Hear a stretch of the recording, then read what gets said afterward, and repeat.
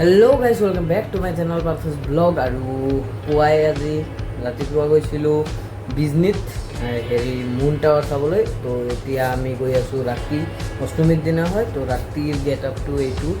তো আজি ৰাতি গৈ আছোঁ মানে বৰপেটা ৰোডতে অলপ ফুৰিবা, লাইনৰ সিপাৰে যাম আৰু সিফালে আমাৰ সিফালেই ফুৰিম অলপ। তো আপোনালোকক গোটেইকেইজন দেখাম। তো বলক আমি ভিডিঅ'টো আৰম্ভ কৰোঁ।